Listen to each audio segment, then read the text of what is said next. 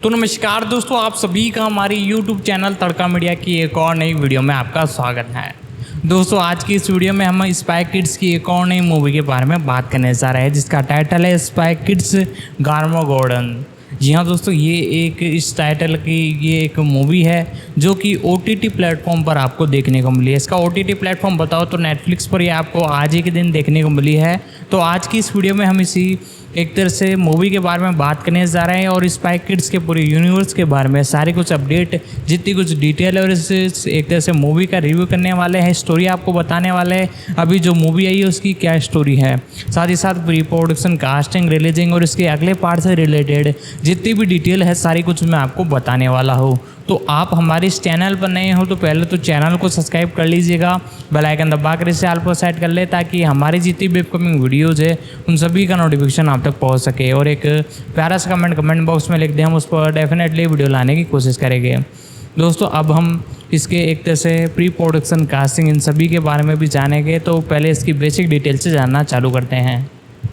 तो दोस्तों, आज की इस वीडियो में मैं आपको बताने जा रहा हूँ एक और नई मूवी के बारे में। जी हाँ दोस्तों, ये जो एक अमेरिकन कॉमेडी फिल्म है जिसका नाम है स्पाई किड्स।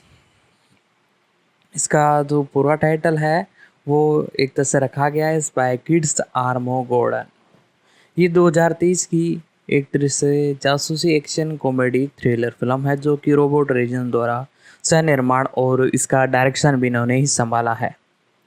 साथ ही साथ जिन्होंने इसे रेशर मैक्स के साथ से लिखा है, और ये स्पाई किड्स फिल्म श्रृंखला की 5वीं किस्त है। फिल्म में जीरा रोडिंग्स और जार्जरी लेवी, एवरिन कॉर्नलिल और कॉर्नल स्टीशन, और साथ ही साथ इसका डायरेक्शन संभाला है रोबन रोड्रिग्स ने। दोस्तों, सारी कुछ डिटेल मैं आपको बताऊंगा, इसके डायरेक्टर, प्रोड्यूसर सभी के बारे में एक करके सारी कुछ जानकारी हम जानेंगे। इसे लिखा है रोबन रोडिंग्स और रेस मैक्सन ने। इसका प्रोडक्शन डेविन एलिशियन और डाना गोल्डबर्ग और डॉन ग्रेज और रेशर मैक्स और साथ ही साथ एल्जा ब्रेन और एवलांस और रोबन रोडिंग्स ने किया है। मुख्य रूप से इसमें अभिनेता जीना रोडिंग्स, लाजरी लेवन, एवरन ली और कॉर्निल्स और कॉन स्टेनसन, और साथ ही साथ बिल मैक्सन, डीजी कॉन्टेंस से। साथ ही साथ इसमें म्यूजिक दिया है विद्रो रोडियन डेक्स और जॉन डेवलिन और रॉबर्ट रॉन ग्रेस ने। साथ ही साथ production company Skydance, Spyglass media group, double R production ने। इसका डिस्ट्रीब्यूशन संभाला है मुख्य रूप से मैं आपको बताऊँ तो नेटफ्लिक्स ने, और 23 सितंबर 2023 को ये आपको देखने को मिली। इसकी लेंथ की बात की जाए तो 108 मिनट है। मुख्य रूप से संयुक्त राज्य अमेरिका में से बनाया गया है। अंग्रेजी इसकी लैंग्वेज है। स्पाई किड्स आर्मागोड को नेटफ्लिक्स पर 22 सितंबर 2023 को रिलीज़ किया जाएगा, यानी एक तरह से रिलीज़ कर दिया है आज के दिन से। इसकी स्टोरी के बारे में बात की जाए तो जब दुनिया के सभी महान गुप्त एजेंट के बच्चों अनजाने में एक शक्तिशाली गेम डेवलपर और कंप्यूटर वायरस फैलने में मदद करते हैं तो उसी प्रौद्योगिकी में नियंत्रण देते हैं, तो उन्हें अपने माता पिता और दुनिया को बचाने के लिए खुद जासूस बनना पड़ता है। इसी पर ये बेस स्टोरी आपको ये देखने को मिलेगी। और कैरेक्टर की बात की जाए तो कई कैरेक्टर आपको किड्स जो कैरेक्टर है वो देखने को मिले। इन सभी के बारे में मैं आपको साथ ही साथ सारी कुछ जानकारी इनसे रिलेटेड मैं आपको देने वाला हूँ। दोस्तों, इसके अंदर आपको कई कलाकार देखने को मिले हैं। नोरा टोर्स के रूप में, जीना रोडिंग, लार्ची लेवन ट्रेस ड्रैगन्स के रूप में, और साथ ही साथ और भी कई कलाकार आपको देखने को मिले हैं। प्रोडक्शन की भी बात करने जा रहे हैं। जनवरी 2021 में स्पाई किड्स फ्रेंचाइजी की रिबूट के विकास के होने की बात सामने आई, जिसमें एक फिल्म की कहानी एक तरह से शामिल हो गई जो कि एक बहुसंस्कृतिक विचार के इर्द गिर्द प्रदर्शित की थी। श्रृंखला निर्माण रॉबर्ट बेन के लेखन और निशान के रूप में लौटे। ये परियोजना स्कार्ड मीडिया और स्पान ग्रुप के साथ साथ डब आर प्रोडक्शन के साथ में थी। और साथ ही साथ दोस्तों, नेटफ्लिक्स ने अगस्त में एक संयुक्त उद्यम उत्पादन के लिए नेटफ्लिक्स ने अगस्त और साथ ही साथ मार्च में वितरण अधिकार हासिल कर लिए, जिसमें ये मंच के निर्माण की दूसरी स्पाई किड्स और प्रोडक्शन बन गई। साथ ही साथ दोस्तों इसी के साथ मुख्य रूप से स्पाई किड्स आर्मोगोड के रूप में सामने आई, जो कि पिछली फिल्म की किस spy kids of the time in the world 2011 का मूल नाम था। मैक्स के सहलेखन और रोडियंस के निर्माण की घोषणा के साथ 2022 की गर्मियों में फिल्म के कलाकारों का खुलासा किया गया और साथ ही साथ इसी के साथ जीना रोडिन और लार्जी रेवंस भी इसमें शामिल हुए। साथ ही साथ दोस्तों इसी के साथ प्रोडक्शन उसी वर्ष अगस्त के अंत में शुरू हुआ। रिलीजिंग की बात की जाए तो स्पाई किड्स के बारे में मैंने आपको बता दिया। 22 सितंबर 2023 को नेटफ्लिक्स पर रिलीज़ की जाएगी, यानी एक तरह से रिलीज़ हो चुकी है। दोस्तों अब हम इस मूवी के डायरेक्टर के बारे में जानते हैं, जिनका नाम है रोबन एंथ्रो रोड्रिग्स। जी हाँ दोस्तों, इन्हें इसी नाम से जाना जाता है। 20 जून 1958 को इनका जन्म हुआ। एक अमेरिकन फिल्म निर्माता, संगीतकार और दृश्य प्रभाव प्रियवेश है। वे अपनी कई फिल्मों की शूटिंग, संपादन, निर्माण, स्कोरिंग मेक्सिकन और अपने गृह राज्य टेक्सास में रहते हैं। और रोडिंग्स ने 1992 की एक्शन फिल्म एल मारियाची की निर्देशन किया, जो कि $7,000 से लेकर $14,000 के बजट के मुकाबले 2.6 मिलियन थी और 5.5 मिलियन की कमाई के बाद व्यावसायिक रूप से सफल रही। फिल्म ने 2 सीक्वल्स को जन्म दिया, जिन्हें सामूहिक रूप से मैक्सिकन ट्रोल्स के नाम से जाना गया, और डेस्परेट और वेंस एप्रोच टाइम इन मैक्सिको के लिए भी। रोबन एंथो रोडिंग्स इनका मुख्य नाम से नाम है। 20 जून 1958 को इनका जन्म हुआ। कुल 55 साल इनकी उम्र है। सैन एंड्रयूस टेक्सन यूएसए में हुआ। मुख्य रूप से टेक्सास विश्वविद्यालय ऑस्टिन इन से ये ग्रेजुएट है और मुख्य रूप से फिल्म निर्देशक, निर्माता और स्क्रिप्ट राइटर है और एक सिनेमेटोग्राफर भी है। साथ ही साथ एक संगीतकार और साथ ही साथ फिल्म एडिटर भी हैं। 1991 से इस इंडस्ट्री से जुड़े हुए हैं। पूरे काम की डिटेल में मैं आपको बताऊंगा। इन्होंने एलिजाबेथ एवलान से शादी की 1991 में और 2006 के अंदर इन्होंने तलाक ले लिया। इनके टोटल 5 बच्चे हैं और पोडिशन वोन इनकी बहन है। उन्होंने 1986 में फोर्स डास टू डॉन का निर्माण किया। साथ ही साथ दोस्तों इसी के साथ और भी कई जानकारी मैं इनके बारे में देने वाला हूँ। वीडियो को लाइक कर दीजिएगा, चैनल पर नए हो तो चैनल को सब्सक्राइब कर दीजिएगा। दोस्तों इसी के साथ इनके बारे में मैंने आपको कई अपडेट और कई जानकारी दी। तो दोस्तों इसी के साथ इनके बारे में सारी कुछ जानकारी मैं आपको बताता हूँ। इनके बारे में मैं आपको सारी कुछ जानकारी आपको बताता हूँ। इन्होंने 1986 में फोर्स डास टू इंड्स का निर्देशन किया, जो कि टेलीविजन रूपांतरण श्रृंखला 2014 से 16 में विकास किया। रोडिंग्स ने 2005 नियो नॉर क्राइम थ्रिलर और एंथोलॉजी सिटी मिटी में उपन्यास में अनुसरित किया और 2014 के सीक्वेंस में सिनिस्टीम और ए डैम टू किल वॉर का निर्देशन किया और रोडिंग्स स्पाइन किड्स फ्रेंचाइजी के निर्माण में भी काम किया। साथ ही द एडवेंचर ऑफ द सॉर्ग ब्रांड का क्लेरेंस स्टेन विन और साथ ही साथ द फेवरेट के एल्टिन ब्रेड का निर्देशन भी किया। वह फिल्म निर्माता क्विंटन टारनोट के करीबी दोस्त और लगातार सहयोगी है, जिसमें प्रोडक्शन कंपनी ए ब्रेड अपॉर्ट्स की स्थापना की, जिसके रोडिंग सदस्य थे। दिसंबर 2014 में रोडिंग्स ने अपने खुद का केबल टेलीविजन एल रे लॉन्च किया। रोडिंग्स का जन्म नीस एंथोलॉजियन टेक्समन में हुआ, जो कि मैक्सिकन के माता पिता रेवंस और एसनल्स के सियोन्स जी रोडेंस का एक सेल्समैन के बेटे थे।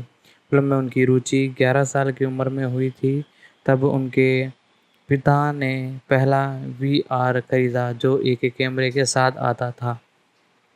सैनी एंड्रोज और सेट एंड्रोज हाई स्कूल में सेमिनार में भाग लेने के दौरान रोड्रिग्स को स्कूल फुटबॉल खेलों की वीडियो टेप करने के लिए नियुक्त किया गया। उनकी बहन के अनुसार उन्होंने जल्द ही निकाल दिए गए, क्योंकि उन्होंने पूरी नाटक की शूटिंग के बजाय सिनेमाई सेल्स के फुटेज शूट किए थे, जिसके माता पिता की प्रतिक्रिया को गोंद हवा में यात्रा के शूट में मिली।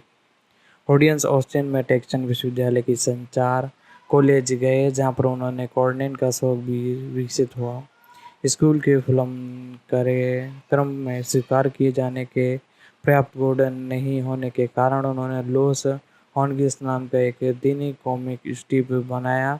कई पात्र उनके भाई बहनों पर आधारित थे और विशेष रूप से उनकी बहनों में से एक मैरी एक यह कॉमिक छात्र समाचार पत्र द डेली डेक्सन में 3 साल तक चली, जबकि रोनिस ने लघु फिल्म बनाना जारी रखा और रोड्रिग्स ने टीवी पर एक्शन और डरावनी लघु फिल्म शूट की। दो होशियार का संपादन किया। 1990 के अंत में एक स्थानीय फिल्म प्रतियोगिताओं में उनके प्रवेश ने उन्हें विश्वविद्यालय के फिल्म कार्यक्रम में स्थान दिलवाया।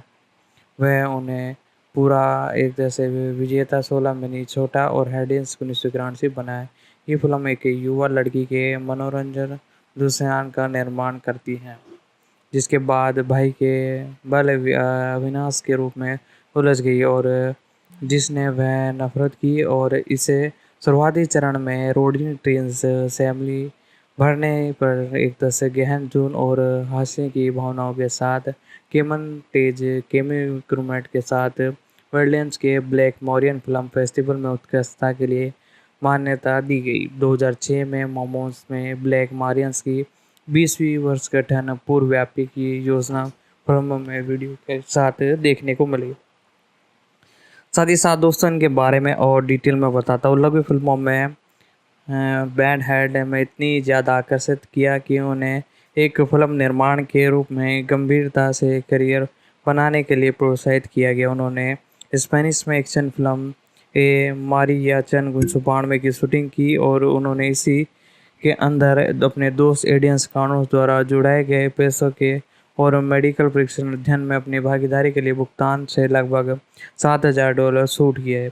और ऑडियंस ने 1993 में एक डांस फिल्म फेस्टिवल में इसी नाम के ऑडियंस अवार्ड जीता। स्पेन भाषा के कम बजट वाले होम वीडियो बाजार के लिए बनाए गए इस फिल्म को पोस्ट प्रोडक्शन के साथ कोलंबियस पिक्चर्स द फास्टमूर्थन में संयुक्त राज्य अमेरिका में वितरित किया गया। इससे पहले इसे कार्य के लगातार कई लाख डॉलर थे। इसके प्रचार में भी इसे लगभग 7,000 में बनाया गया और विज्ञापन किया गया। और ऑडियंस ने फिल्म बनाने के अनुभव का वर्णन किया अपनी पुस्तक एवेंडियार्ड द क्रूज 1985 में किया। डेस्पराडो में एली मॉर्गन की अगली कड़ी थी, जिसमें एंटोनियो बैंडेरास ने अभिनय किया। साथ ही साथ दोस्तों इसी के साथ मुख्य रूप से इनके करियर के अंदर ये बहुत बड़ी उपलब्धि थी और ऑडियंस ने क्विंटिन टारनोस के साथ वैम्पायर थ्रिलर फ्रोस्ट डस डी डॉल मेस्बोन किया और इसके दोनों सीक्वल्स का सह निर्माण भी अपने केबल नेटवर्क के लिए टीवी श्रृंखला लिखी और निशांग की। और एल रे रोडियंस ने केबल विलियम्स के साथ science fiction thriller film the केग्रेड्स में भी किया। और रोडियंस जो कि पहले title skills of American West के सदस्य थे, 2001 में छोड़ दिया गया और वित्तीय मुख्य स्थिति बरकरार रही। वह वर्ष रोडियंस ने स्पाई किड्स के साथ अपनी पहली हॉलीवुड हिट का आनंद लिया और जो एक फिल्म फ्रेंचाइजी बन गई। 2003 के अंत में एक तीसरी मारियाची फिल्म भी प्रदर्शित हुई, once upon a time Mexican में, जिसमें मैक्सिकन ट्राई को पूरा किया गया। यह ट्रेमेन स्टूडियोज नामक एक प्रोडक्शन कंपनी संचालित करती हैं, जिसका नाम पूर्व में लॉस हॉलग्रिड प्रोडक्शन था। रोड्रिग्स ने सिंस सिटी 2005 का संदर्शन किया, जो कि क्रिकेस मिलर्स की कॉमिक पुस्तक का रूपांतरण था। क्विंटिन टारनियोस ने एक दृश्य का अतीत निर्देशन किया। 2004 में निर्माण के दौरान ओडिस ने जोर देकर कहा कि मिलर को संदेशांक के रूप में सह दिया जाएगा, क्योंकि वह मिलर की हास्य कला की दृश्य शैली को फिल्म में अपनी तरह की महत्वपूर्ण मानते हैं। हालांकि डायरेक्ट गिल्ड्स ऑफ अमेरिका में इसकी अनुमति नहीं दी। यह हवाला देते हुए कि केवल वेड टीम उदाहरण के लिए क्रूचन निर्देशांक का श्रेय साझा कर सकते हैं। साथ ही साथ शूटिंग से पहले चुपचाप इस्तीफा देते और मेरे लिए आसान था, क्योंकि अन्यथा में मुझे समझौता करने के लिए मजबूर होना पड़ा। और जॉन कर्टन ऑफ मास में अपने निशान की सिटी छोड़ने के लिए मजबूर होना पड़ा और ऑडियंस ने पहले ही साइन कर लिया था। उस फिल्म के निर्देशक के रूप में घोषणा की गई और सिनी सिटी को पूरी करने की तुरंत बाद फिल्म शुरू करने की योजना थी। सिनी सिटी 2005 में एक महत्वपूर्ण हिट होने के साथ साथ बॉक्स ऑफिस पर भी सफल रही, विशेष रूप से एक अति हिंसक कॉमिक बुक रूपांतरण के लिए जिसका नाम एक्स मैन या स्पाइडरमैन के बराबर नहीं था। उन्हें मिलर की सभी सिटी कॉमिक पुस्तकों को अपनाने में रुचि थी और इसने 2005 में the adventure of shark boy और लाव ग्रोस रिलीज की, जो एक सुपर किड्स फिल्म थी जिसका निर्देशन उनकी स्पाई किड्स श्रृंखला के सामान्य युवा दर्शकों के लिए था। सॉर्बन और आवलोड रेडियंस के 7 वर्षीय बेटे रेशन द्वारा रचित कहानी पर आधारित थी, जिसकी स्क्रिप्ट राइटिंग का श्रेय दिया गया। फिल्म ने बॉक्स ऑफिस पर लगभग 70 मिलियन से भी अधिक की कमाई की। रोड बिन्स ने double bill release green house 2007 के हिस्से के रूप में भी फिल्म प्लेनेट टेरियंस को लिखा, जो कि इनके द्वारा ही डायरेक्ट की गई थी और साथ ही साथ उनकी कई डीवीडी रिलीज हुई, टेनी मिने फ्ली स्कूल, और साथ ही साथ इसी के साथ और भी कई भूमिकाएं इनकी देखने को मिली। उनकी कई डीवीडी रिलीज हुई, टेनी मिनट्स फिल्म स्कूल, कोरियन एक श्रृंखला, साथ ही साथ जो महत्वाकांक्षी फिल्म निर्माताओं को सरस रणनीति का उपयोग करके अच्छी एक तरह से लाभदायक फिल्म बनाने का तरीका दिया था। और once upon a time in Mexican DVD से शुरू करते हुए ओडियन ने 10 मिनट कुकिंग स्कूल नाम का एक श्रृंखला बनाना शुरू किया, जिसमें उन्होंने प्योंग प्रिज की एक पुरानी जिसे कोरियन प्रिज पर आधारित के लिए अपनी रिशन का खुलासा किया। वह भोजन फिल्म में जॉन डेन की किरदार और एजेंट्स ने खाना खाया और इस श्रृंखला की लोकप्रियता के कारण सिनी सिटी के 2 डिश संस्करण पर एक और कुकिंग स्कूल भी शामिल किया गया और डीवीडी जार द्वारा रीडिंग दर्शकों की सिटी और बोशन में भी मुख्य रूप से किया गया। विवियन एंडन के मिश्रण का निर्माण किया गया। उन्होंने शुरू में फ्लैट नेट टेरियंस की टीवी रिलीजिंग के साथ एक तीसरी कुकिंग स्कूल रिलीज करने की योजना बनाई।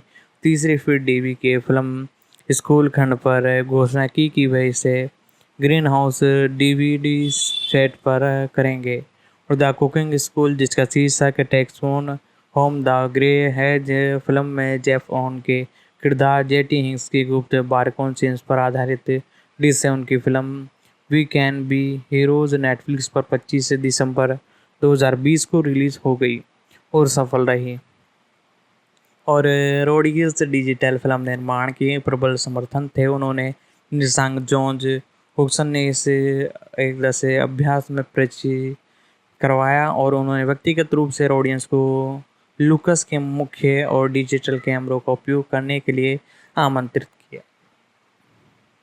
उन्हें 2010 में ऑस्टिन फिल्म फेस्टिवल में फिल्म निर्माण और असाधारण योगदान पुरस्कार भी अपने नाम करते हुए देखा गया।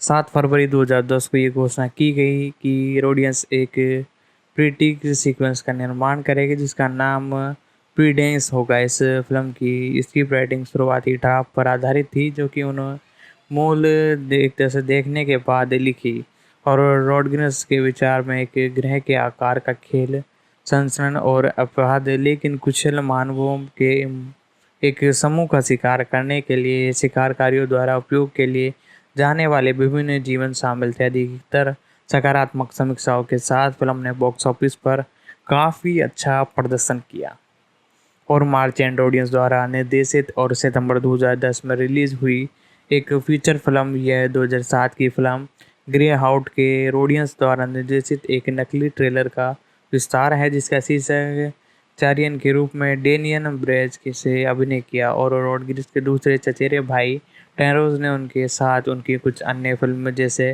डेस्पराडो, बोस और डेज हिल और open A time in Mexico और स्पाई किड्स के लिए काम किया। तो दोस्तों आपको वीडियो कैसा लग रहा है? यदि वीडियो अच्छा लग रहा हो तो आप इसे लाइक कीजिए, शेयर कीजिए, सब्सक्राइब कीजिए और ज़्यादा से ज़्यादा लोगों तक इसे शेयर कीजिए।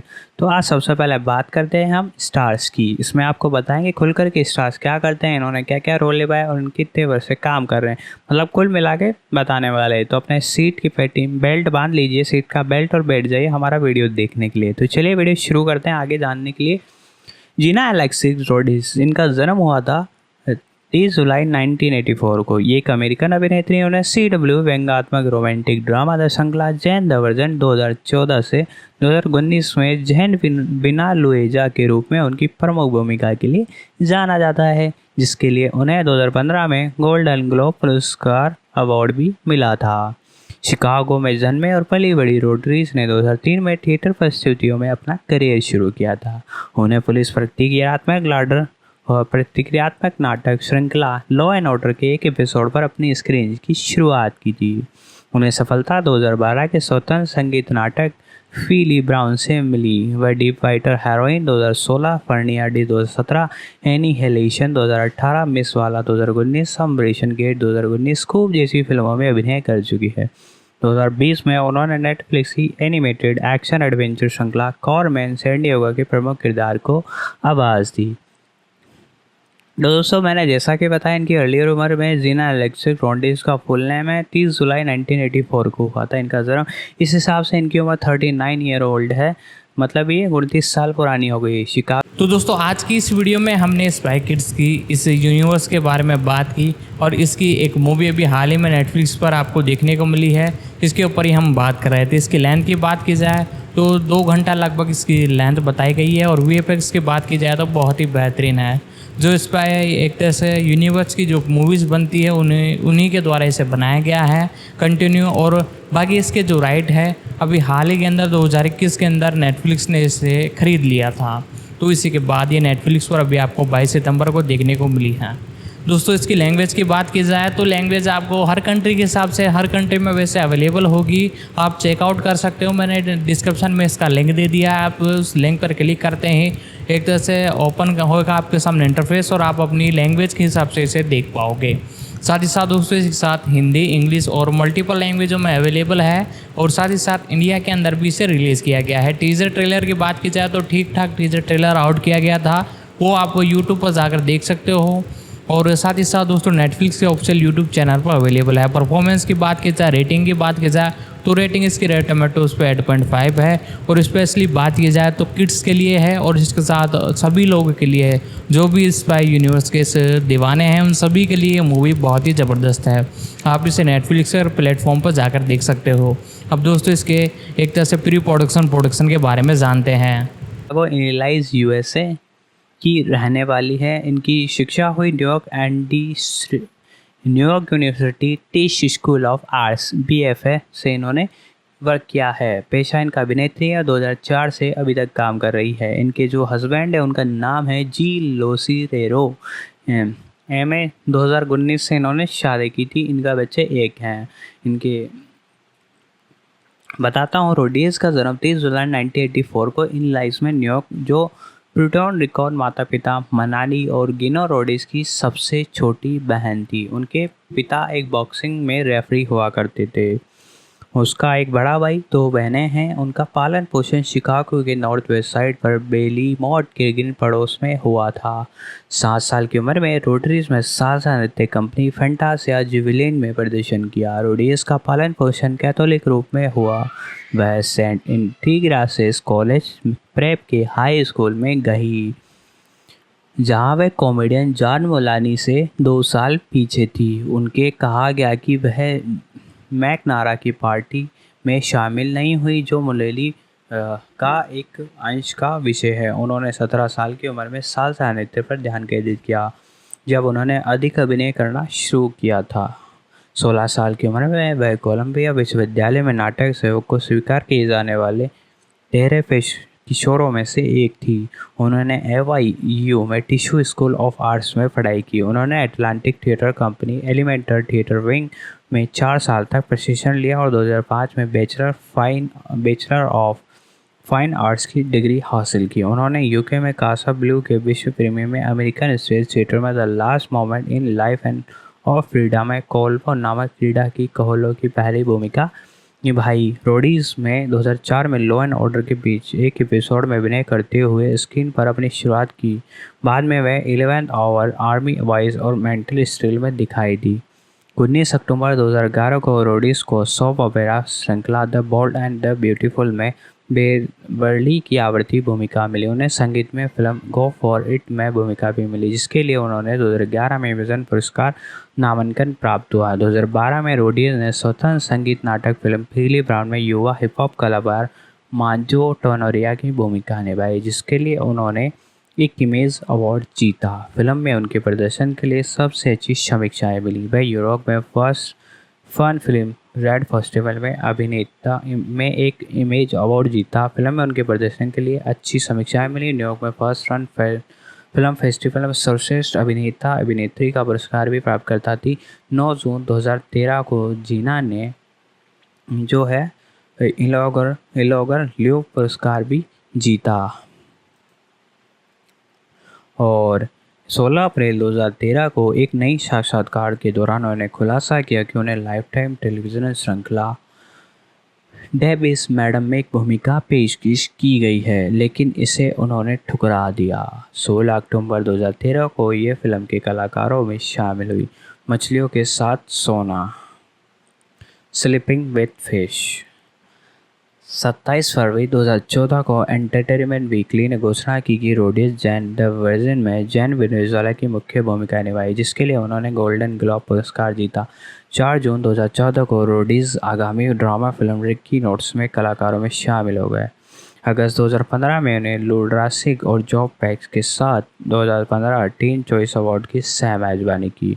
उन्होंने the animated film the star make मेरी को आवाज़ दी, जो नवंबर 2017 में रिलीज हुई। साथ ही उन्होंने मैना स्काई ब्लू स्टूडियो के फर्नांडीज में एक महीने बाद science fiction thriller film annihilation में नेटली पोर्टमैन की अन्या को भूमिका दी।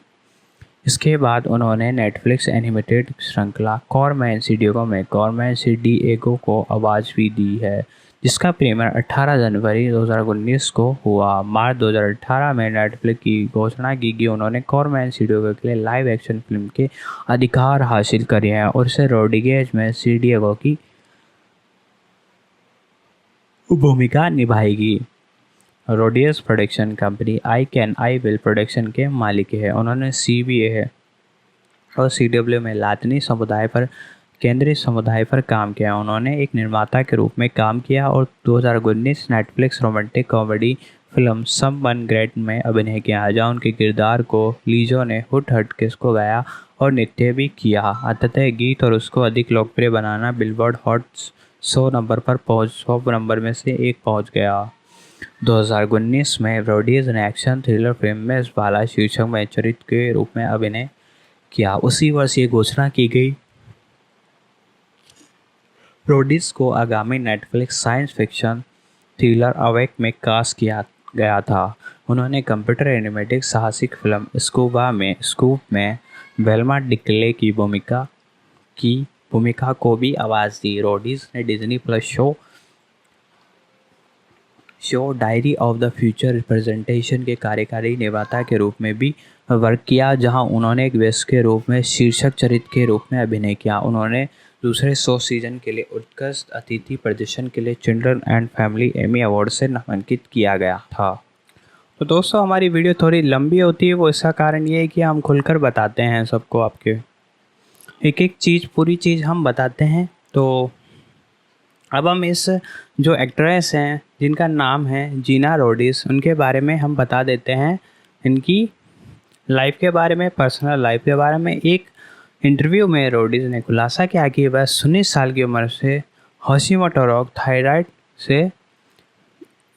का जो रोग है उससे ग्रसित हैं।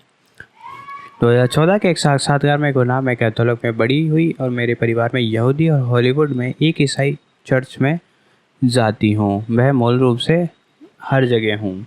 2016 में रोडीज ने अभिनेता और मिश्रित मार्शल आर्ट फाइटर लोलिसोर के साथ डेटिंग शुरू की, जिससे उनकी मुलाकात जैन द वर्जिन के सेट पर हुई थी। अगस्त 2018 में उनकी सगाई हुई और 4 मई 2019 को शादी हुई। उन्होंने मार्च 2023 को अपने बेटे को जन्म दिया। 2017 में उन्हें वेंचेस्टर लॉज ने $1.7 मिलियन में 1900 वर्ग फुट का फार्म हाउस खरीदा, जिसे सितंबर 2020 में इसे $1.8 मिलियन में बेच दिया। अक्टूबर 2019 में उसके पास $2.42 मिलियन में 3910 फुट और 1950 के दशक का ट्यूटर वास्तुकला शैली का घर खरीदा है। कोविड महामारी 19 के दौरान उन्हें ओरेगोन में एक घर भी खरीदा। परोपकार रोडीज विभिन्न दान और परोपकारी प्रयासों में शामिल रही, जो एक फिल्म और टेलीविज़न अभिनेत्री के रूप में उनकी बढ़ती दृश्यता के कारण संभव हुआ।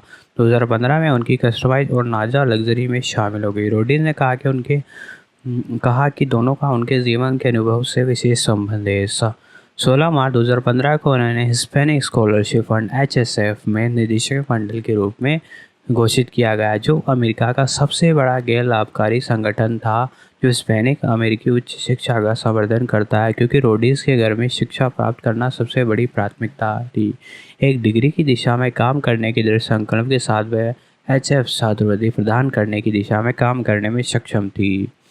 बाद में 2015 में pacer the parent advocacy council of education right national bullying prevention centre ने कस्टमॉनिक के साथ मिलकर अपने 5वें वार्षिक be good to each other campaign का धन जुटाने के लिए विभिन्न मशहूर हस्तियां, जिनमें रोडीज भी शामिल थी, उनकी मदद ली गई।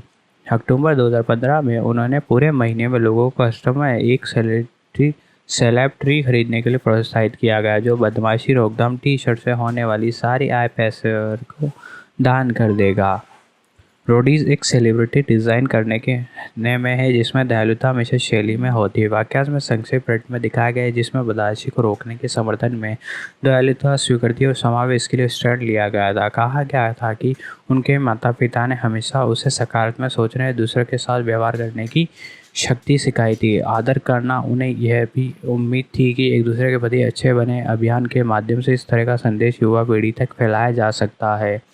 इसके अलावा अक्टूबर 2015 में रोडीज को महिलाओं और पर्यावरण की मदद करने की महत्वाकांक्षा के साथ 2014 में स्थापित यह अधोवस्त्र लाइन नाजा के भागीदार के रूप में घोषित किया गया था, क्योंकि नाजा लंबवत रूप से एकीकृत है, जिसमें विनिर्माण लीड समय 80% तक कम हो जाता है। साथ ही कंपनी की बचत को स्कूल की किताबों, दोपहर के भोजन, कर्मचारियों के बच्चों और वर्दी को खर्च करने की अनुमति देता है और लचीले कार्य वातावरण पर भी जोर देता है। कॉलेज में एक करीबी दोस्त के माध्यम से एकल माताओं की कठिनाई को देखने के बाद रोडीज ने किसी कंपनी का समर्थन करना चाहते थे जो मुख्य रूप से एकल माताओं को रोजगार देती है और दूसरे पर काम करने की अनुमति देती है।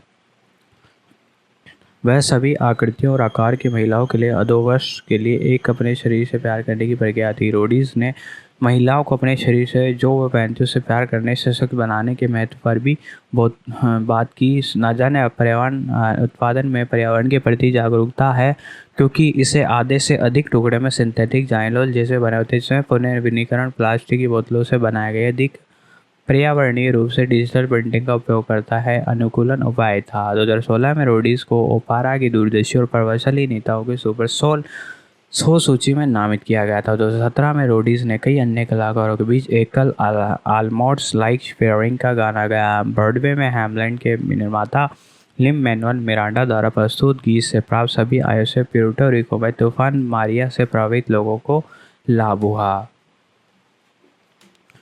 तो दोस्तों, जैसा कि मैंने बताया कि 2000 कहाँ से काम करती आ रही हैं, आपको याद होगा ये काम करती है 2004 से अभी तक, है ना।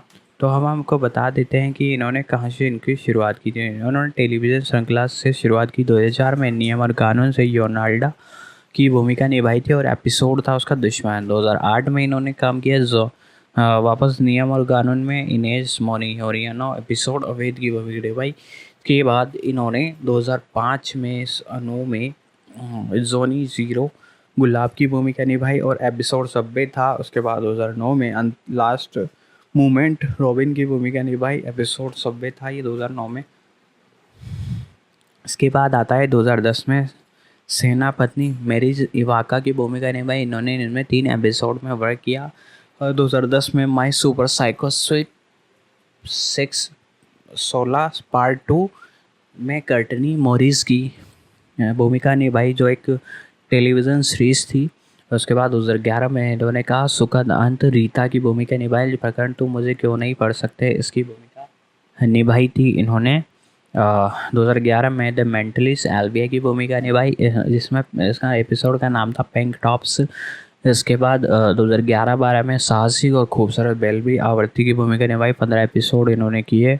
2012 में इन्होंने कोई नाम नहीं, नो नेम मैगन की भूमिका निभाई, 3 एपिसोड किए। 2013 में लॉन्ग मायर लोना डोरवा एपिसोड पार्टी ख़त्म की भूमिका निभाई। इसके बाद 2016 में रिंजोली द्वीप समूह लुडेसना एपिसोड स्पीड के निर्माता के लिए। 2014 में जंगली Nina Peter Roberts television series की भूमिका निभाई। 2016 में लिप सिंग बैटल स्वयं की भूमिका निभाई। और इसके बाद इन्होंने बताते हैं दोस्तों आपको, इन्होंने बहुत सारी भूमिका निभाई और इन्हें खूब सारे अवार्ड भी मिले थे इस मूवी के लिए। इसके बाद इन्होंने किया है, बहुत सारी मूवियाँ की हैं इन्होंने। 2012 में कोई नाम लॉन्ग मायर के बाद रिजोली द्वीप समूह, 2014 में जंगली नीला, 2019-14 जैन द वर्जिन, 2016 में लिप पिंक बैटल माइक गिराओ, 2017 में 18 में ब्लू किन नाइक नाइक, 2018 में जानवरों, 2018 से वर्तमान बड़ा मुँह जैसी बड़ी टेलीविज़न श्रृंखला इन्होंने की है और ये अभी तक हिट है। 2022 की इनकी लास्ट श्रृंखला थी बच्चों और परिवार को था, उसके लिए इन्हें एमी पुरस्कार मिला।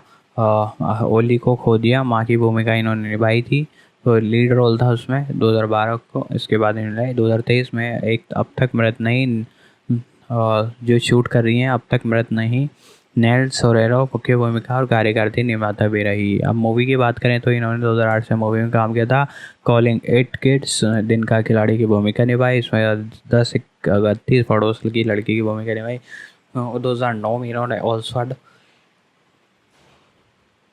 ओल्सफेडो, इसके बाद हमारी पारिवारिक शादी, एना डेजा और वर्क की भूमिका निभाई। इसके बाद 18 में धोनी चंबा सीसीवारी भूमिका निभाई। इसके बाद 2021 में बताऊं तो आप जो जागना जीन एडम्स की वो तुम्हें वापस आते हैं 2000 में एनी की। इसके बाद 2023 में पैराशूट की डॉक्टर अकरमैन की भूमिका निभाई। जासूस बच्चे और मेगेडन जिसकी हम बात कर रहे हैं इसमें निभाएगी नोरा टेंगा टोरेज की भूमिका निभाएगी। तो दोस्तों ये था इनके बारे में। अब हम जानते हैं नेक्स्ट स्टार के बारे में। नेक्स्ट स्टार के बारे में हम खुल के जानेंगे, उनका क्या नाम है, सब कुछ है, वापस जानेंगे। दोस्तों मैं यही कहना चाहता हूँ, यदि आपने अब तक हमारा यूट्यूब चैनल सब्सक्राइब नहीं किया, सब्सक्राइब कर दें, बेल आइकन दबा दें और ज़्यादा इसे लोगों तक शेयर करें। आपका शेयर करना हमें खुशी देगा और अगर आप लाइक करते हैं तो हमें मोटिवेशन मिलेगा। आपका मोटिवेशन ही हमें इतनी बड़ी वीडियो बनाने की क्षमता देता है, आपका प्यार ही हमें आगे बढ़ाता है। तो आगे नेक्स्ट जो स्टार है हम उसकी बात करने वाले हैं Georgie Levy. Georgie Levy PWE 19 सितंबर 1980 को एक अमेरिकन अभिनेता और गायक हैं। इनकी श्रृंखला चक बॉटस्की में संस्करणीय है।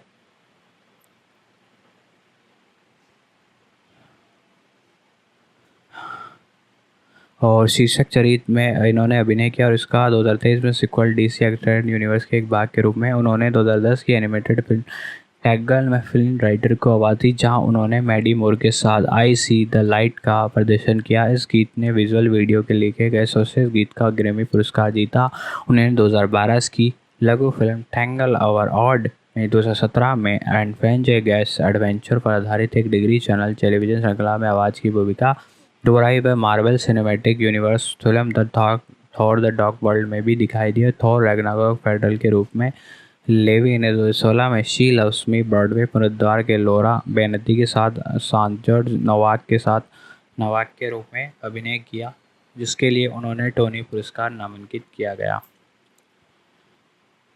2022 में Levi radical love learning to extend yourness of others नामक संस्मरण सहायता समूह प्रकाशित की। इनकी अर्लियर लाइफ के बारे में बताऊं तो दोस्तों लेरी का जन्म लुई चार्ल्स लुसियाना में हुआ। वे सुसान लेरी नो हैमिंटर।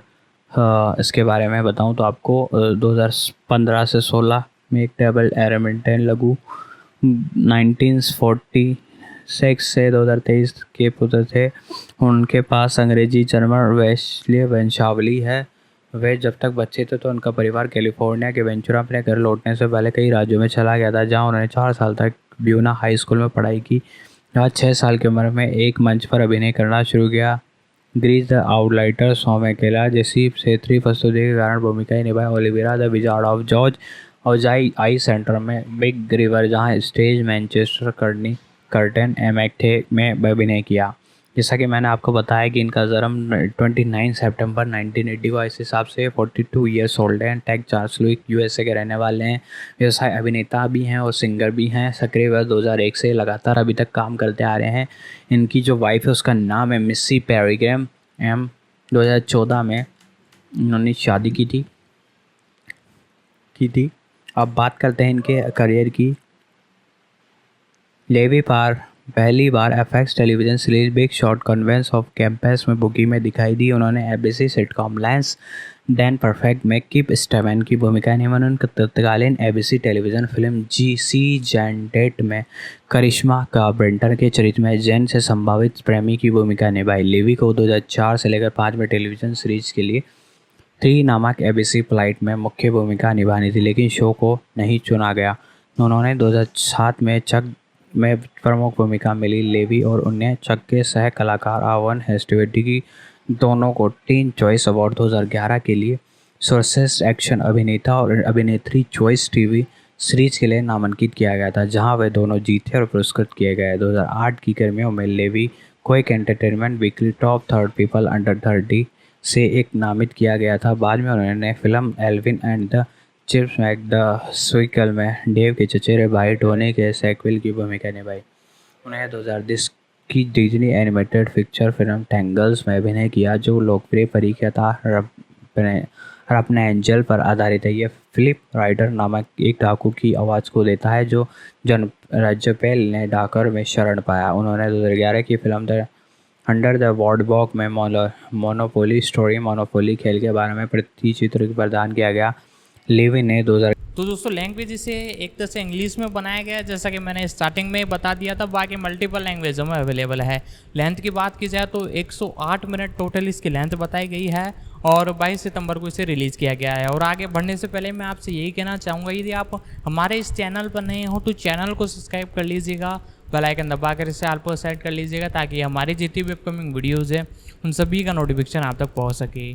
और एक प्यारा सा कमेंट बॉक्स में लिख दें, हम उस पर डेफिनेटली वीडियो लाने की कोशिश करेंगे। और जहां तक हो सके इस वीडियो को अपने दोस्तों तक भी शेयर करें।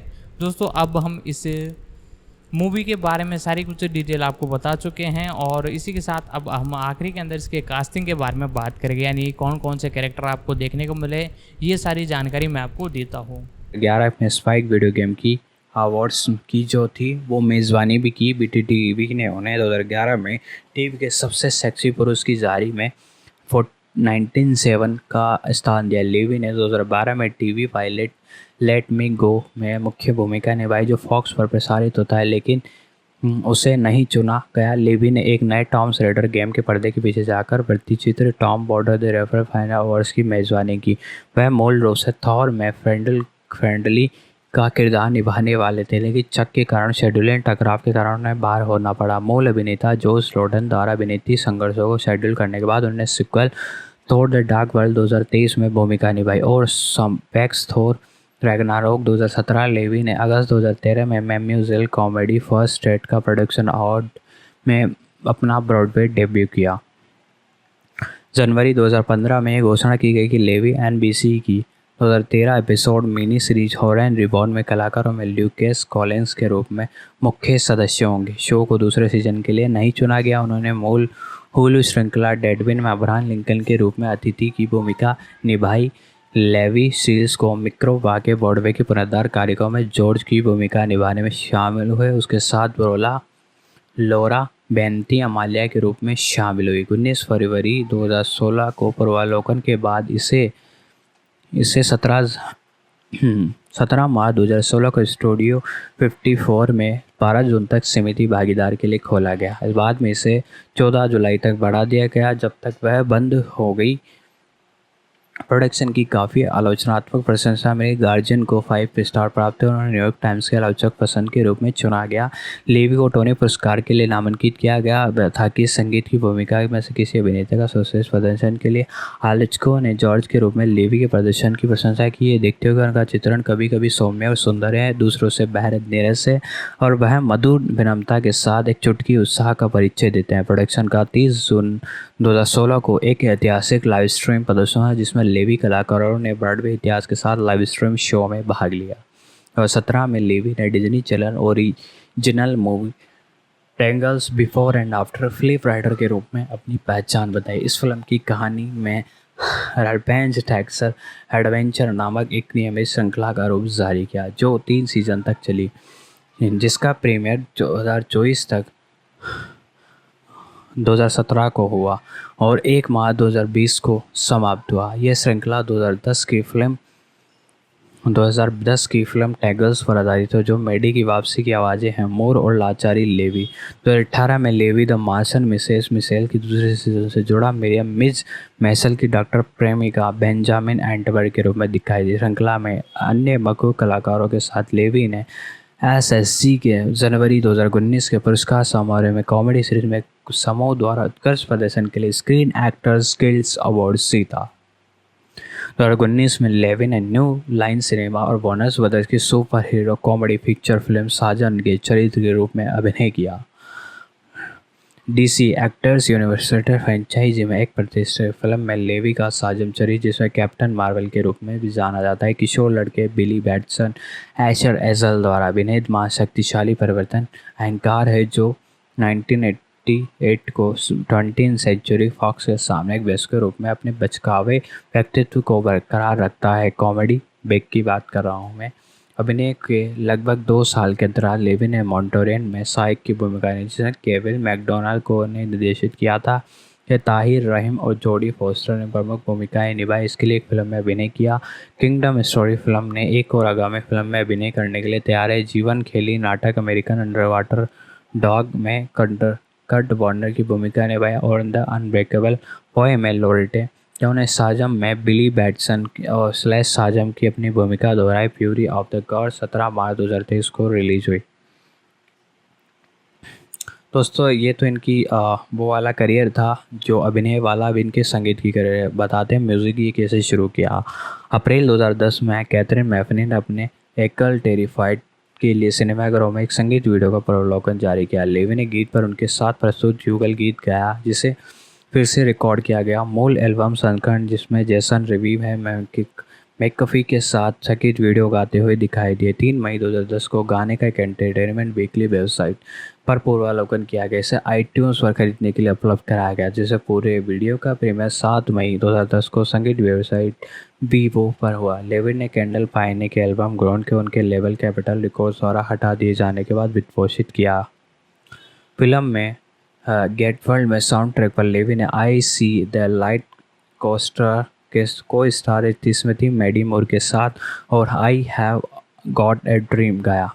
इन्होंने एक गाना गाया था टैंगल्स के टाउन सेट पर। लेवी ने आई सी द लाइट और I have got a dream गाया। सर्वश्रेष्ठ मूल संगीत के लिए ऑस्कर के नामांकन के सम्मान में लेवी और मोर ने 83 अकादमी पुरस्कार में आई सी लाइट का प्रदर्शन किया। लेवी बैट फॉर्म टीवी के अतिथि सदस्य भी रहे और उन्होंने बैंड विभिन्न टेलीविजन श्रृंखलाओं के अभिनेताओं में से बना। पर्सनल लाइफ के बारे में बात करें तो लेवी एक स्पोर्ट्स और मोटरसाइकिल उत्साही, उसके बाद 2009 में निसान GT-R है। वह एक शौकीन गेमर है जिसमें पहली बार सुपर मारियो ब्रदर्स खेला है। उन्हें इंटरैक्टिव कहानियाँ प्रदान करने की क्षमता के लिए वीडियो गेम की सराहना करता है। वह एक उदारवादी है।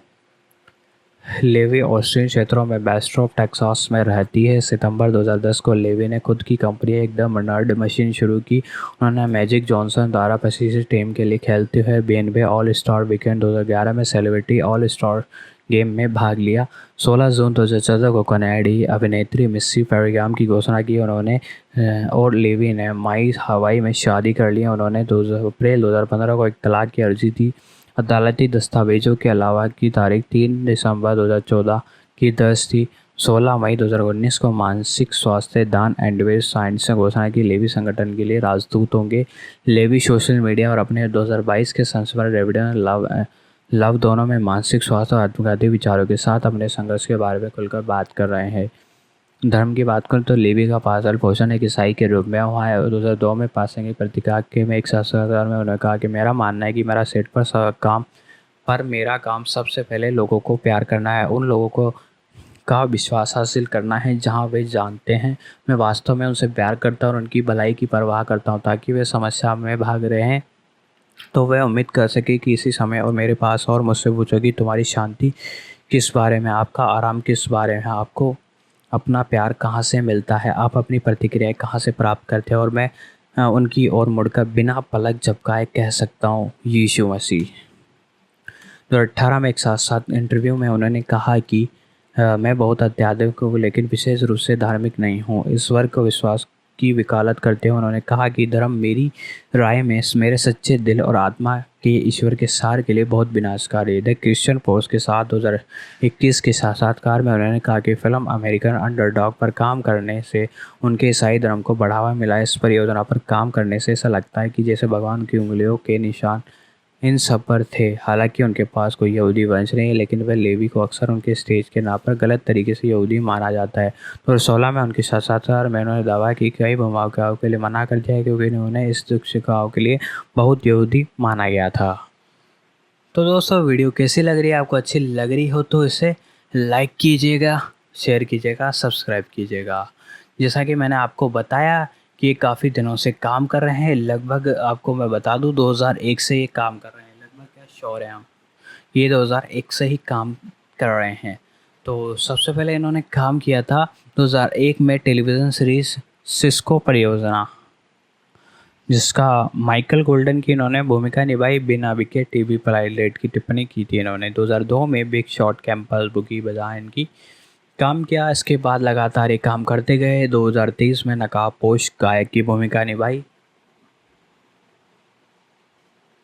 इसके बाद ये रंगमंच करते आ रहे हैं 16 में, 17 में, 19 में। 2020 में एक वीडियो गेम ज़मीन में बॉट डेली की भूमिका निभाई, आवाज़ की भूमिका दी इन्होंने।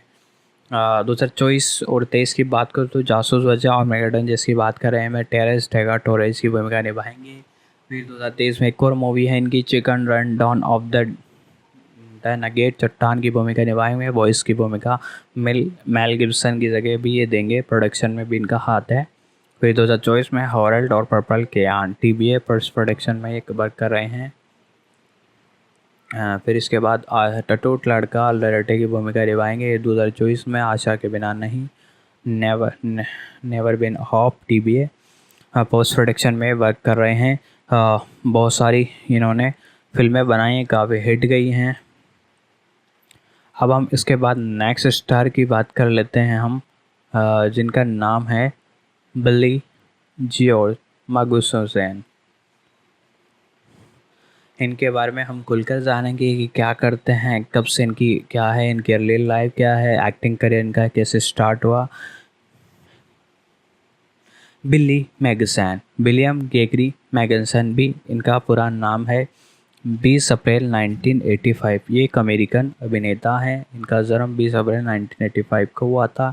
उन्होंने tune the woods 2014, bridge of spice 2015, birth of a dragon 2016, night game 2018 और अलादीन 2019 फिल्मों में दिखाया गया है। वैज्ञान शोटी में साइड टेलीविज़न भूमिका निभाई। 2017 में मोनियक, 2018, 21 में मैसेज HBO मैक्स पर विज्ञान 5 श्रृंखला मेड फॉर लव में अभिनय किया और द मैनी सेट्स ऑफ नेवाक में नोट टू डाई फिल्म में दिखाई दी। उन्होंने ब्रॉडवे और ब्रॉडवे थिएटर प्रस्तुति के लिए अभिनय किया है, जिसमें 2018 की वान्या, सोने की माशा और स्पाइस के बाद इन्होंने आपको बताया कि मैक्सेट में HBO मैक्स पर विज्ञान 5 श्रृंखला made for love, specs many और स्नेवाक नाइट टू टाइम फिल्मों में अभिनय किया है। वान्या और सोनिया माशा स्पाइक शामिल है, जिसके लिए उन्होंने एक नाटक में सर्वश्रेष्ठ फीचर फिल्म अभिनेता के लिए टोनी पुरस्कार के लिए नामांकित हासिल किया है। और दोस्तों आगे की बात बताऊँ तो इनकी अर्लियर लाइफ के बारे में, तो मैक्सन का जन्म वुडहैम किसी न्यूयॉर्क शहर में हुआ था। वह एक एरोबिक शिक्षण प्रशिक्षण, डायनामिक पेशेवर बॉडी बिल्डर और किक बॉक्सर ग्रेग मैनसन के पुत्र थे। उनके 2 छोटे भाई हैं। उनके नाना नानी लुथियाना में अप्रवासी है और वह नॉजियन और लुधियाई मूल का है। वह 10 साल की उम्र तक बेडियान बोर्ड के आसपास की इसमें पले बड़े जब तक उनकी अपने परिवार के साथ कमिंग जॉर्जिया चले गए थे। मैनसन ने 2023 के साथ फोर्सिंग हाई स्कूल में बंद और उसके साथ दाखिला लिया। और आगे की बात बताऊं तो दोस्तों, यूनिवर्सिटी ऑफ नॉर्थ कैरोलिना में स्कूल ऑफ आर्ट से स्नातक की प्राप्त की और 2003 में साफ हाई स्कूल के बाद में यूनिवर्सिटी गए। अभिनय स्टार के बारे में बात करें तो सबसे पहले इन्होंने स्टेज से शुरू किया था। स्टेज में आपको बता दूं, मैक्सन ने 2007 में रोनी नेपेस अभिनेत्री द रिट्स में ब्रॉडवे स्टेज पर पदार्पण किया। 2012 में क्रिस्टोफर डुरंग की वान्या और सोनिया और मासा स्पायर की डेविड हाइट पीसन कोनी वीवर के साथ कास्ट किया गया। और इसके साथ ही आपको बताऊं तो जिसका प्रीमियर न्यूयॉर्क के लिंकन सेंटर में जाने से पहले वेस्टर्न न्यू जर्सी मैककॉर्ड थिएटर में हुआ। बाद में यह जॉन गोल्डन थिएटर में चला गया, जहां इन्हें 6 टोनी पुरस्कारों के लिए नामांकित किया गया। मैक्सन ने एक नाटक में सबसे फीचर अभिनेता के लिए टोनी पुरस्कार के लिए भी इन्हें प्रतिनिधित्व किया गया। और स्पाइक्स के रूप में उनकी भूमिका लिए 2014 में उन्होंने सेकंड स्टेज थिएटर डेविड थीमर द्वारा निर्देशित सेक्स विद स्ट्रेटजी समीक्षकों द्वारा प्रशंसित प्रोडक्शन में एमा गन के साथ ऑफ ब्रॉडवे पर अभिनय किया, जो कि काफ़ी संतोषजनक था। और इसके साथ ही आपको बता दूं तो film Manson blood night the legend of Mary hedged में हैप्पी टीयर्स फिल्मों में भी ये दिखाई दी, जिसमें डेमी मूर पॉकर मोसी ने अभिनय किया। उन्होंने फिल्म तेलवे में क्लाउड की भूमिका निभाई, जो 13 जुलाई 2014 को रिलीज हुई। उन्होंने 2010 की फिल्म द लास्ट वैलेंटाइन में द्वितीय विश्व युद्ध के नायक नील थॉमस की भूमिका निभाई, जो जेम्स माइकल क्रेड की इसी नाम की किताब पर आधारित थी। 30 जनवरी 2011 को उन्हें CBS द्वारा प्रसारित किया। उन्हें उसी वर्ष विड स्टलमैन और डैल्स इंडस्ट्रेंड में थॉर की भूमिका भी निभाई। 2012 में उन्हें स्वतंत्र फीचर स्वाइन फैमिली में अभिनय किया। मैक्सन ने रॉब मार्शल की 2010 की फिल्म नाइट टू वॉर्स में रफेंज के राजकुमार के रूप में अपनी बैड स्काउट की भूमिका में अभिनय किया। 2016 में मैस्गन द ग्रेट लिली हॉपकिंस में कैथी बेटन के साथ गिली हॉपकिंस के साथ प्रभारी समाज कार्यकारियों में एलिस के रूप में दिखाई, जिसकी भूमिका कनाडाई अभिनेत्री सोफिन एलिस ने भी निभाई।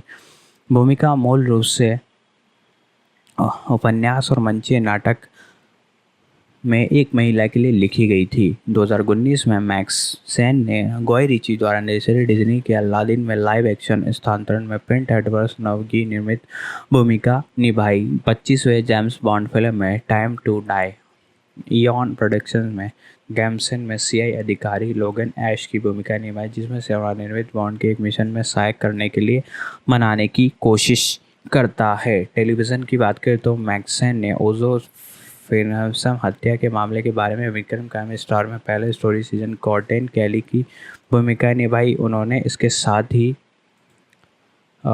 CGF soft opera is the world times में उनकी भूमिका के लिए जाना जाता है, जहां उन्होंने 19 जनवरी 2008 को कैसी ह्यूलगेस की भूमिका निभाई। उन्होंने CW की श्रृंखला द ब्यूटीफुल लाइव TVA में प्रतीक की भूमिका निभाई।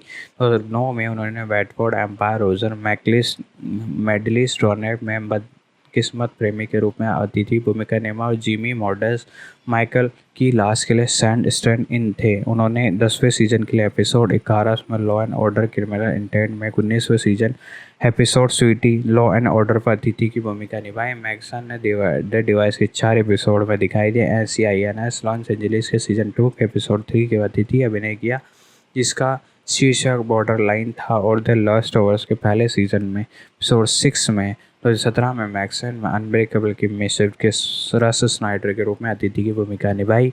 मैक्सन ने एक हाई स्कूल शिक्षक जॉन निक सीलैंड की भूमिका निभाई, जो 2018 में आए पहले सीजन के दौरान टैम ए स्टोरी में अपने एक छात्र के साथ रिश्ते में रहता है। संगीत करियर की बात करूँ, मैक्सन ने एक बार न्यूयॉर्क शहर में स्थित रॉक द बैंड डैश के साथ बास वादक और योगदान करता गीतकार थे। द न्यूयॉर्क शहर स्थित बैंड रिजर्व में फोर्ट रोडी में गिटार बजाते हैं। फिल्मोग्राफी की बात करें तो 2009 से ये वर्क करते आ रहे हैं। और आपको बताएं तो इन्होंने स्टेज किया है 2007 से। इस बार टोनी पुरस्कार इन्हें मिला है 9 जून 2013 को।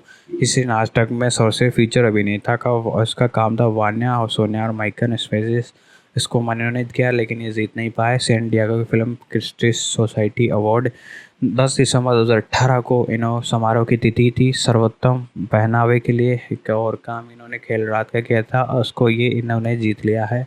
तो ये काफ़ी मज़े हुए खिलाड़ी हैं। ये वीडियो बहुत ही मज़ेदार थी और जो ये मूवी आने वाली है ये भी बहुत शानदार रहेगी। इसको रेटिंग भी अच्छी मिली है, तो मैं यही कहूँगा इसको देखना तो बनता है। तो मैं आपसे अब यही कहूँगा, यदि आपने अब तक हमारे यूट्यूब चैनल सब्सक्राइब नहीं किया, सब्सक्राइब कर लें और दबा दें बेल आइकन, ताकि ये ज़्यादा से ज़्यादा लोगों तक पहुँचे और आप लोगों को ये खुशी देता रहे।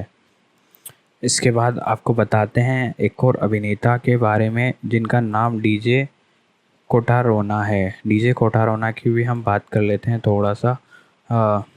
डीजे कोटारोना, इनका जन्म 23 मई 1980 को एक अमेरिकी अभिनेता है जिन्हें फिल्म सीजोरो रिएटलॉनिस 2013 में उनकी भूमिका के लिए एल रेनेट पर हॉरर टेलीविजन श्रृंखला from the dust to dawn में सेट गोगो के रूप में जाना जाता है। उन्हें डीसी एक्टेड यूनिवर्सल फिल्म शज़ाम में पेड्रो पेना के रूप में काम किया और उन्होंने 2023 के सिक्वल भूमिका के लिए लौटा। इनके रियल लाइफ बताने तो कोटरो का जन्म न्यू हेवन कैंट्रिक में हुआ। उनकी मां शेरी एक शिक्षिका है। उनके माता पिता डोनाल्ड एक रिसाइकलिंग कंपनी के लिए काम करते हैं। कोटानो का अंशी किताबली वंशावली। उन्होंने बॉस्टन ऑफ नाइट यूनिवर्सिटी में वकील बनने की पढ़ाई शुरू की थी, लेकिन एक लॉ फर्म में ग्रीष्मकालीन इंटर्नशिप करने के बाद उन्हें एहसास हुआ कि उन्हें वकीलों के साथ काम करना पसंद नहीं। उन्हें द्वितीय वर्ष में उन्होंने अभिनय की ओर रुख लिया और अपने पसंद अवकाश के दौरान वह लॉस एंजलिस में एक दोस्त से मिलने चले गए। फिर कभी कॉलेज ही लौटे नहीं। इन्होंने अपने करियर में ही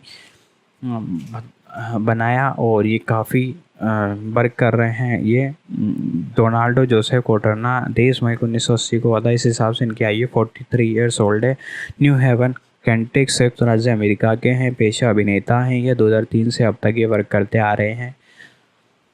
और आपको मैं बता दूँ 2003 में इनकी सबसे पहले मूवी थी कानून व्यवस्था। विशेष पीढ़ी दिखाए डॉनवेल और रोजेस्टा एपिसोड दुख में इन्होंने डॉनवेल अल्वेरेजा की भूमिका निभाई थी। इसके बाद तो ये लगातार करते रहे। इनकी पहली फिल्म थी 2015, वो थी पॉइजन। शॉन की इन्होंने भूमिका निभाई थी। तो दोस्तों आज की इस वीडियो में हमने स्पाई किड्स की इस नई मूवी के बारे में बात की, जो कि नेटफ्लिक्स के OTT प्लेटफॉर्म पर आपको देखने को मिली थी और बहुत ही ज़बरदस्त ये मूवी बताई जा रही है। इसका रिव्यू भी मैंने आपको बता ही दिया है, स्टोरी आपको बता ही दी है कि आपको देखने को मिलेगी। बेसिकली स्टोरी बताई जाए तो मोटी मोटी आपको देखने को मिली है कि बच्चे एक तरह से जासूसी करते हैं जब उनके एक तरह से वर्ल्ड में यानी उनकी दुनिया के अंदर सभी को एक तरह से खतरा हो रहा है और इसके अंदर ये जासूसी करते हैं। पूरी मूवी के अंदर यही सीन बताए गए, यानी स्टोरी इसी पर बेस है।